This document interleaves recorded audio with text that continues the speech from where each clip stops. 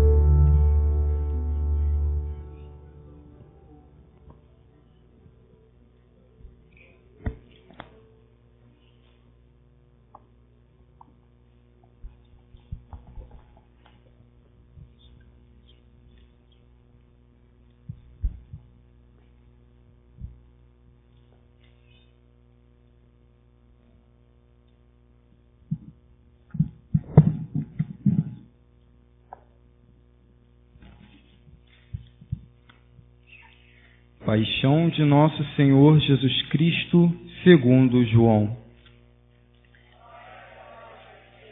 Naquele tempo, Jesus saiu com os discípulos para o outro lado da torrente do Cedron. Havia aí um jardim onde ele entrou com os discípulos. Também Judas, o traidor, conhecia o lugar, porque Jesus costumava se reunir-se aí com os seus discípulos. Judas levou com um destacamento de soldados e alguns guardas, os sumos sacerdotes e fariseus, e chegou ali com lanternas, tochas e armas. Então, Jesus, consciente de tudo o que ia acontecer, saiu ao encontro deles e disse: A quem procurais? Responderam: A Jesus de Nazareno. Ele disse: Sou eu. Judas, o traidor, estava junto com eles. Quando Jesus disse: Sou eu, eles recuaram e caíram por terra. De novo lhes perguntou: A quem procurais? Eles responderam: A Jesus, o Nazareno. Jesus respondeu: Já vos disse que sou eu. Se é a mim que procurais, então deixais que estes se retirem. Assim se realizava a palavra que Jesus tinha dito: Não perdi nenhum daqueles que me confiaste.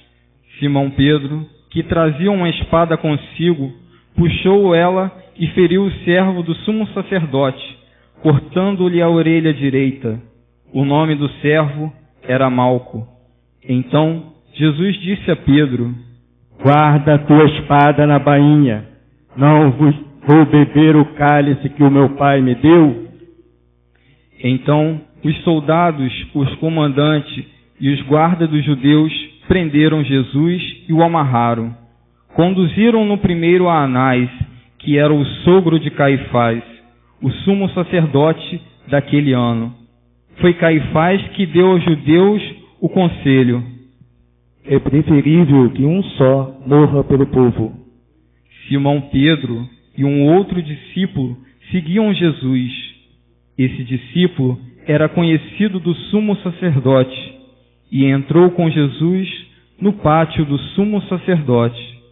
Pedro ficou fora, perto da porta. Então, um outro discípulo, que era conhecido do sumo sacerdote, saiu, conversou com a encarregada da porta e levou a Pedro para dentro. A criada, que guardava a porta, disse a Pedro: não pertences também tu aos discípulos deste homem?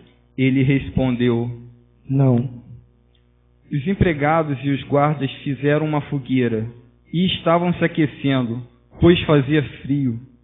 Pedro ficou com eles e aquecendo-se. Entretanto, o sumo sacerdote interrogou Jesus a respeito de seus discípulos e deu o ensinamento. Jesus lhe respondeu: eu falei às claras ao mundo, ensinei todos os judeus se reúnem. Nada falei às escondidas. Por que me interrogais? Pergunta aos que ouviram o que falei. Eles sabem o que eu disse. Quando Jesus falou isso, um dos guardas que ali estava deu-lhe uma bofetada, dizendo: é assim que respondes ao sumo sacerdote? Respondeu-lhe Jesus: se respondi mal, mostra em que. Mas se falei bem, por que me bate? Então Anás enviou Jesus amarrado para Caifás, o sumo sacerdote. Simão Pedro continuava lá, em pé, aquecendo-se. Disseram-lhe: não és tu também um dos discípulos dele? Pedro negou: não. Então, um dos empregados do sumo sacerdote, parente daquele a quem Pedro tinha cortado a orelha, disse: será que não te vi no jardim com ele? Novamente Pedro negou, e na mesma hora o galo cantou. De Caifás levaram Jesus ao palácio do governador. Era de manhã cedo. Eles mesmos não entraram no palácio para não ficarem impuros e poderem comer a Páscoa. Então Pilatos saiu ao encontro deles e disse: que acusação apresentais contra este homem? Eles responderam: se não fosse malfeitor, não teríamos entregue a ti. Pilatos disse: tomai-o vós mesmos e julgai-o de acordo com a vossa lei. Os judeus lhe responderam: nós não podemos condenar ninguém à morte. Assim se realizava o que Jesus tinha dito, significando de que morte havia de morrer. Então Pilatos entrou de novo no palácio, chamou Jesus e perguntou-lhe: tu és o rei dos judeus? Jesus respondeu: estás dizendo isso por ti mesmo? Outros te disseram isso de mim. Pilatos falou: por acaso sou judeu? O teu povo e os sumos sacerdotes te entregaram a mim. Que fizeste? Jesus respondeu: o meu reino não é deste mundo. Se o meu reino fosse deste mundo, os meus guardas teriam lutado para que eu não fosse entregue aos judeus. Mas o meu reino não é daqui. Pilatos disse a Jesus: então tu és rei? Jesus respondeu: tu o dizes, eu sou rei. Eu nasci e vim ao mundo para isto, para dar testemunho da verdade. Todo aquele que é da verdade, escuta a minha voz. Pilatos disse a Jesus: o que é a verdade?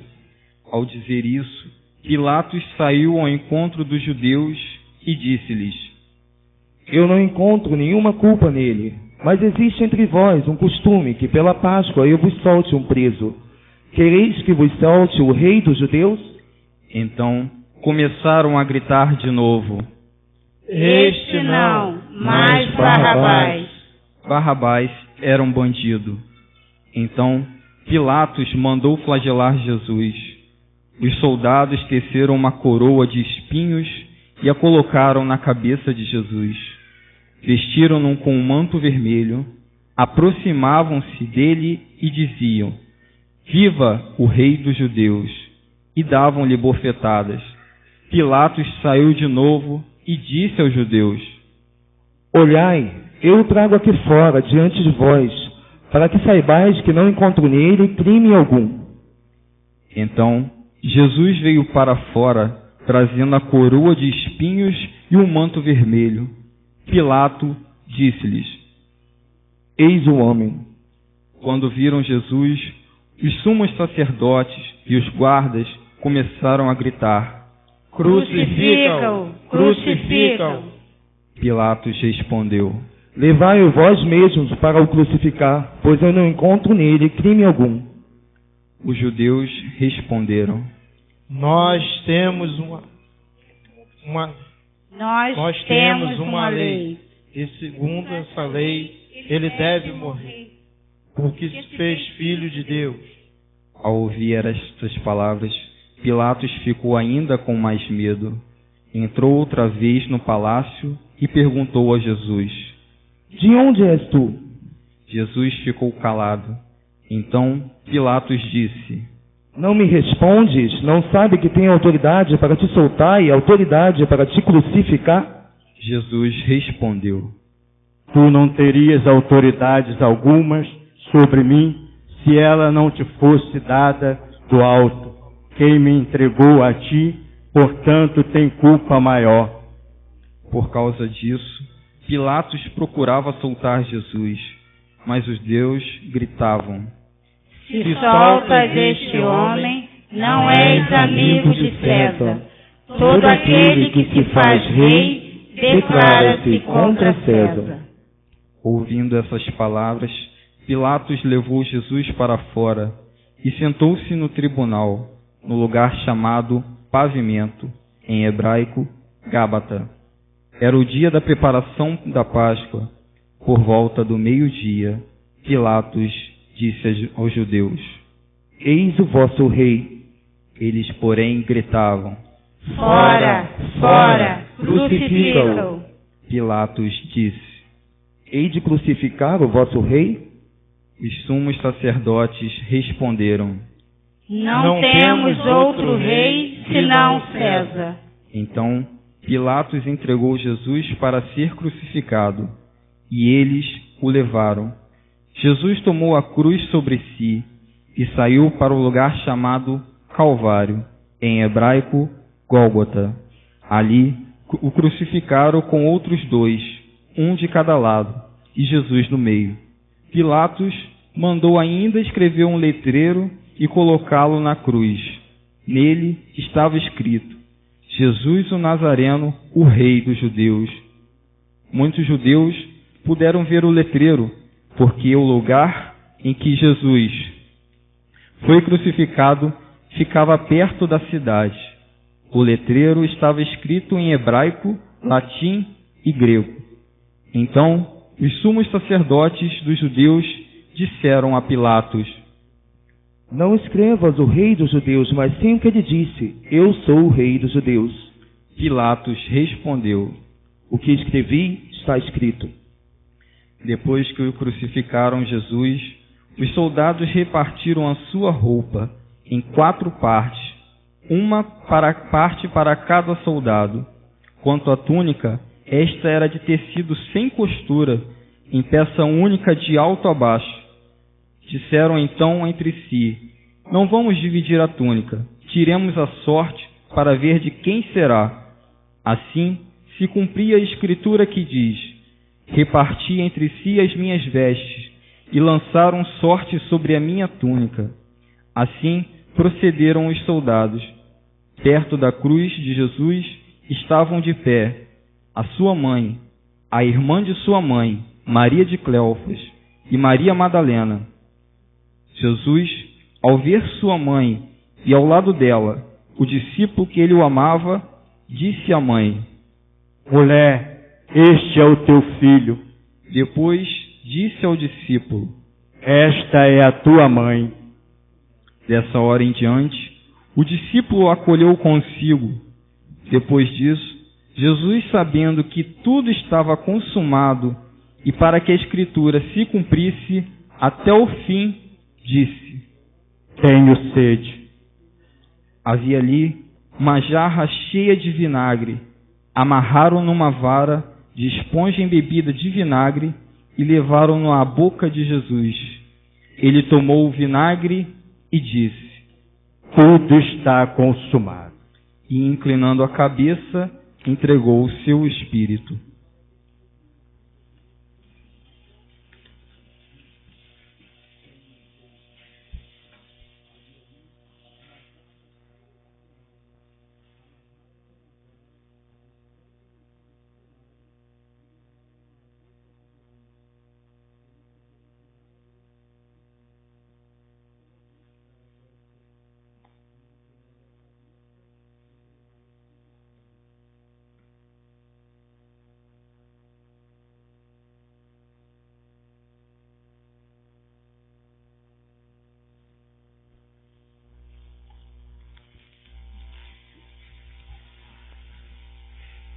Era o dia da preparação para a Páscoa.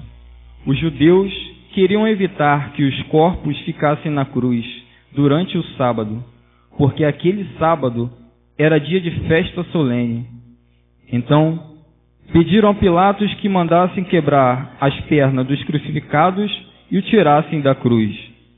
Os soldados foram e quebraram as pernas de um e depois do outro, que foram crucificados com Jesus. Ao se aproximarem de Jesus e vendo que já estava morto, não lhe quebraram as pernas. Mas um soldado abriu-lhe o lado com uma lança, e logo saiu sangue e água. Aquele que viu dá testemunho, e seu testemunho é verdadeiro. E ele sabe que fala a verdade, porque vós também acreditais.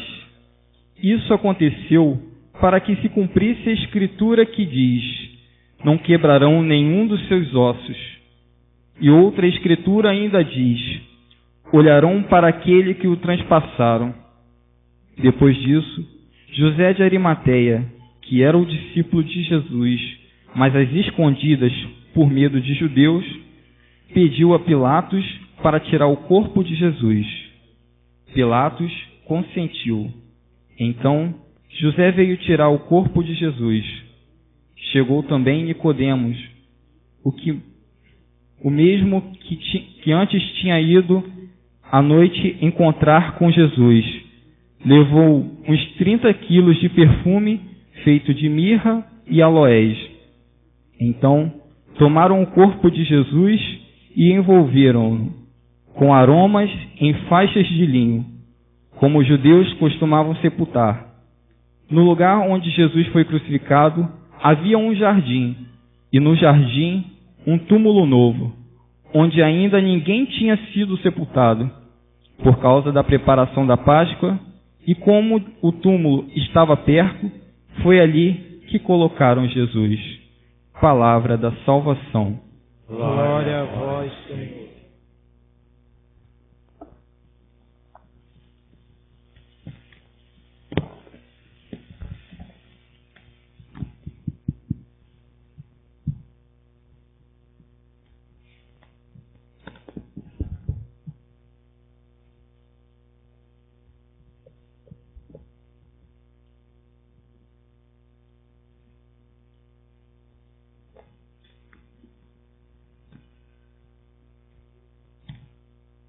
Tudo está consumado. É o final do drama do Calvário. Drama este que valeu para nós, para toda a humanidade, a nova aliança, selada agora, carimbada pelo sangue imaculado do Filho de Deus. Aquele que se fez cordeiro, que é levado ao matadouro. Mas sua vida consumada por nós não permite que a nossa vida se consuma na maldade, na injustiça, no pecado, na vaidade, no orgulho, enfim, nos vícios. Por ele, nós fomos resgatados.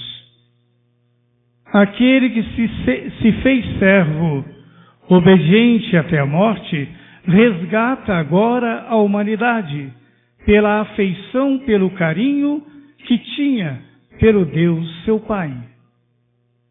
Deixa-nos, no meio deste sofrimento atroz, deixa o grande sinal de que nós devemos caminhar sempre na obediência aos critérios evangélicos, à vontade de Deus, que é soberana, e não nos deixemos mergulhar nas injustiças. Procuremos dar a Deus uma resposta em favor também da humanidade, daqueles que vivem ao nosso lado e são também desrespeitados, massacrados na sua dignidade, escravizados como se fosse uma mercadoria. Contra tudo isso, somos, como cristãos, filhos de Deus, recebidos pela mãe de Jesus como filhos seus, para que, com a sua materna intercessão também, nós nos ponhamos ao lado da cruz dos irmãos, como ela tão bem se postou ao lado da cruz do seu Filho, quase que para ser também banhada na sua Imaculada Conceição pelo sangue do Cordeiro. Sim, meus irmãos, tudo está consumado porque o Filho de Deus realiza a vontade santíssima do Pai. Daí esta consumação. Mas vejam, um dia, logo no início, é o relato que vemos no livro do Gênesis. Uma árvore plantada no paraíso foi causa de pecado para os primeiros pais. Abriu-se no coração da humanidade a decadência, a maldade, porque o orgulho levava os primeiros pais a quererem ser iguais a Deus. Se deixam levar pelo tentador e comem do fruto daquela árvore. Mas Deus plantou no coração da humanidade uma árvore de frutos mais saborosos, a árvore da cruz. E o hino da Quaresma nos lembra a súplica que toda a igreja deve sempre fazer, e nós fazemos também. Ó árvore bendita, inclina os teus ramos, abraçando-nos, como os ramos de uma árvore abraçam os pássaros que vêm ali fazer o seu ninho. É a árvore bendita da cruz, onde está o grande fruto que Deus deu à humanidade. Este fruto é o mais saboroso, é aquele que o homem deve procurar. A cada dia devemos buscar como salvação e vida. É o fruto da vida, aquele que gera a vida nova. Sim, meus irmãos, o homem das dores realiza as maravilhas do Pai. Sela uma nova aliança com Deus Pai em nosso favor, para que fôssemos santos, pudéssemos ser regenerados. Vejam, com que alegria, mas ao mesmo tempo tristeza, numa sexta-feira santa, em que celebramos a paixão. Se por um lado a amargura humana leva-nos ao sentimento de tristeza, por outro, somos levados à alegria, porque este sangue nos lavou, este sangue divino, o coração imaculado do Senhor, crucificado, abriu para nós o paraíso. Temos agora acesso, porque Ele nos tornou novas criaturas. Isto, meu caro irmão, minha cara irmã, deve nos levar a refletir sempre. É o preço do amor de Deus. Tudo por mim. Foi como um cordeiro para o matadouro sem reclamar de nada. Jamais disse ao Pai: meu Pai, que sacrifício tremendo, tu me pedes morrer por esta humanidade, por esses homens que são carrascos, injustos, pecadores. Não. Teve pena de nós. Seu coração é amantíssimo. E fez com que Ele visse a nossa indigência e viesse em nosso socorro. Para quê? Como Pilatos lhe perguntara para ele o que era a verdade, ele até se cala, porque já havia proclamado a verdade, já havia pregado a boa nova do Evangelho, o acesso ao reino. E como forma de testemunho, realiza milagres. Mostra-se Deus, é na verdade o Filho de Deus. E foi justamente o que causou a sua morte, a inveja, o medo de que os pecados farisaicos fossem sempre mais iluminados pela justiça divina, que vinha daquele homem, que curava os cegos, que não se afastava dos leprosos, acolhia-os e purificava-os. Fazia ouvir os surdos, falar os mudos. Ordenava que os coxos, os aleijados, saíssem pulando, levando a sua cama. Tudo isso foi o que ele apresentou como testamento para merecer a covardia de um julgamento insano, de uma humanidade ou de doutores da lei que não quiseram saber o verdadeiro Filho de Deus que ele era. Preferiram amar, não negar a amizade a César, o grande rei. Nós não temos rei a não ser César. No entanto, ele se mostrou ali na cruz, meus caros, o grande rei, aquele que tem força, aquele que tem poder, aquele que subjuga com o seu sacrifício os demônios da vaidade, do orgulho e da presunção. Aqueles que campeiam estão no meio de cada um de nós, de todos nós. Sim. Tudo isso por mim. Hoje mesmo, não dava para vir aqui pela manhã.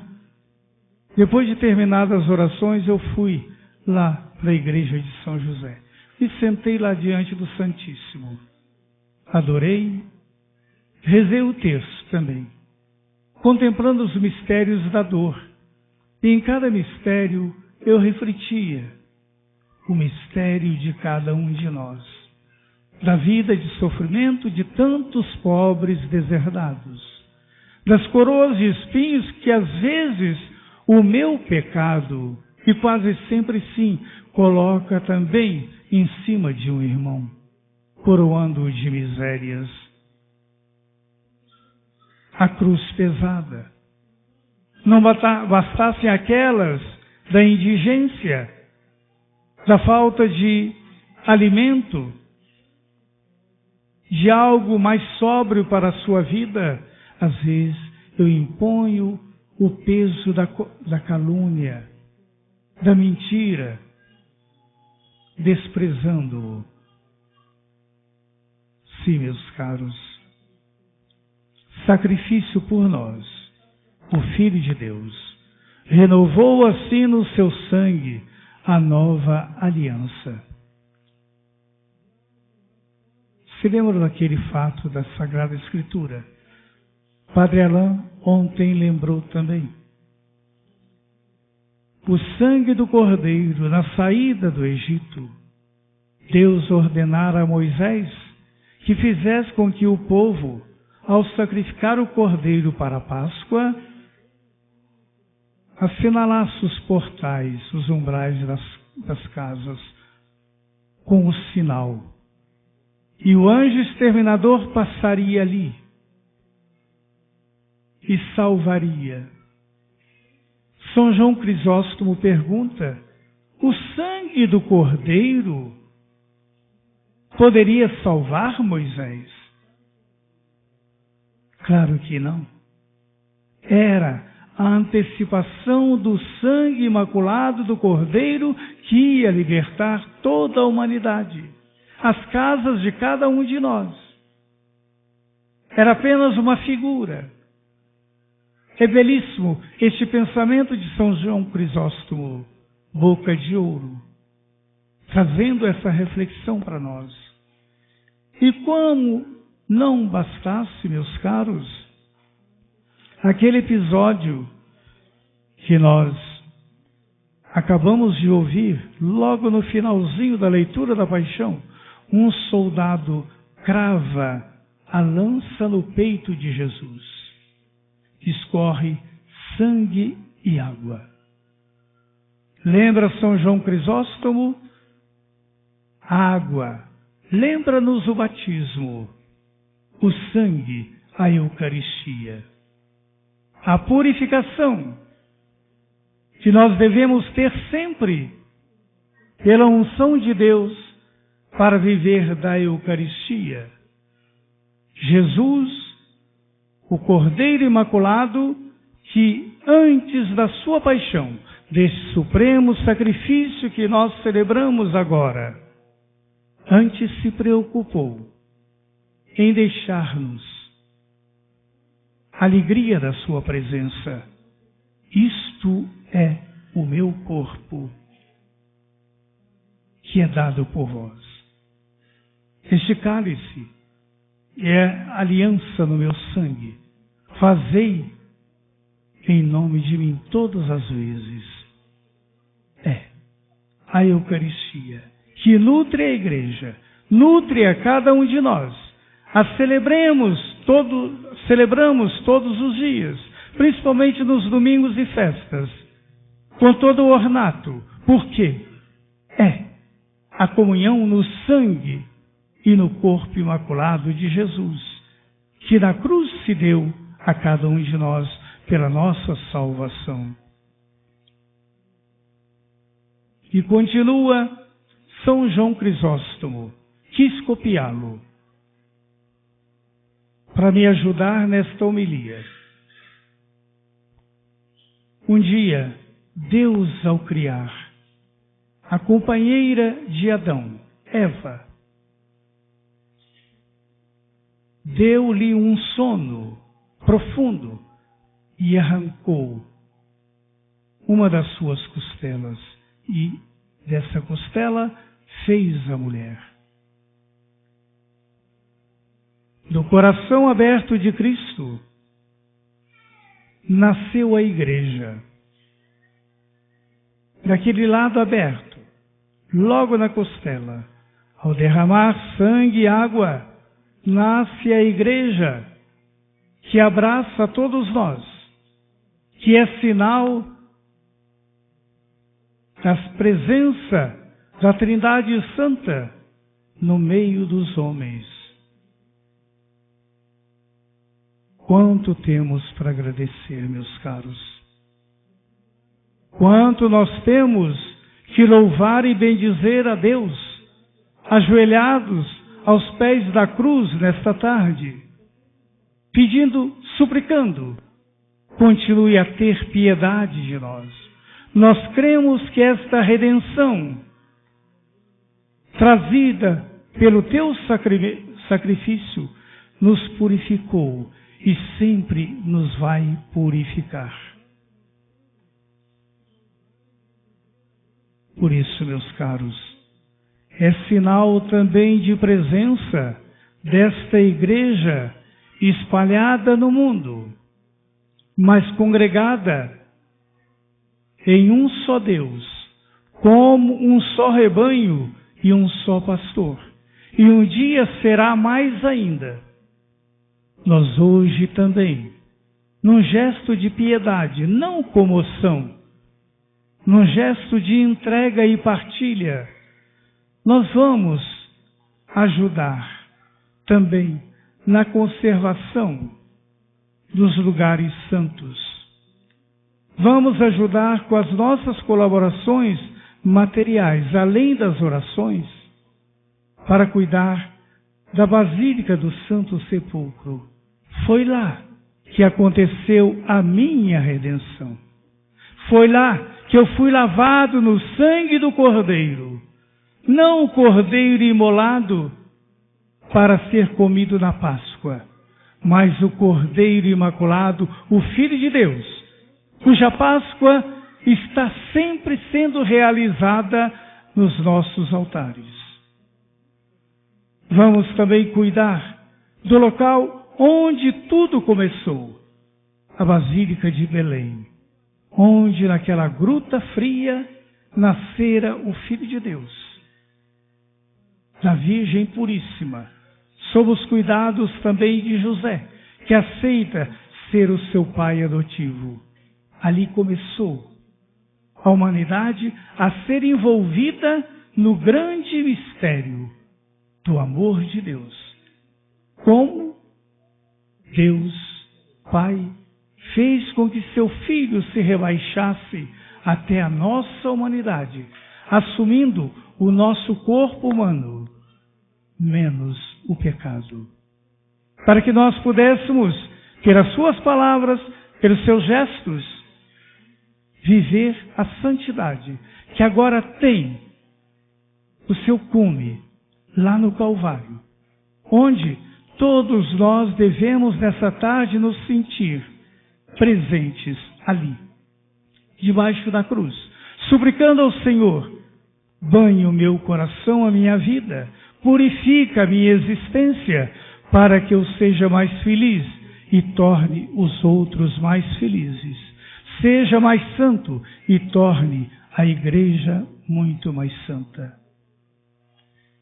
Em nome do Pai, e do Filho, e do Espírito Santo.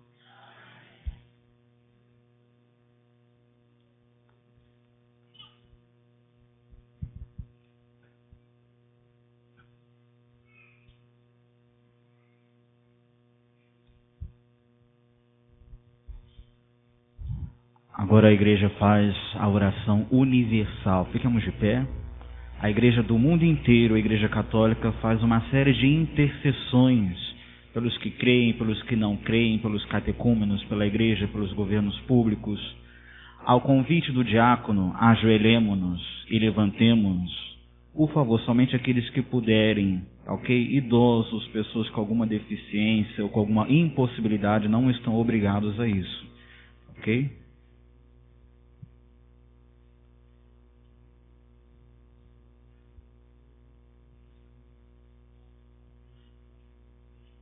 Oremos pela Santa Igreja,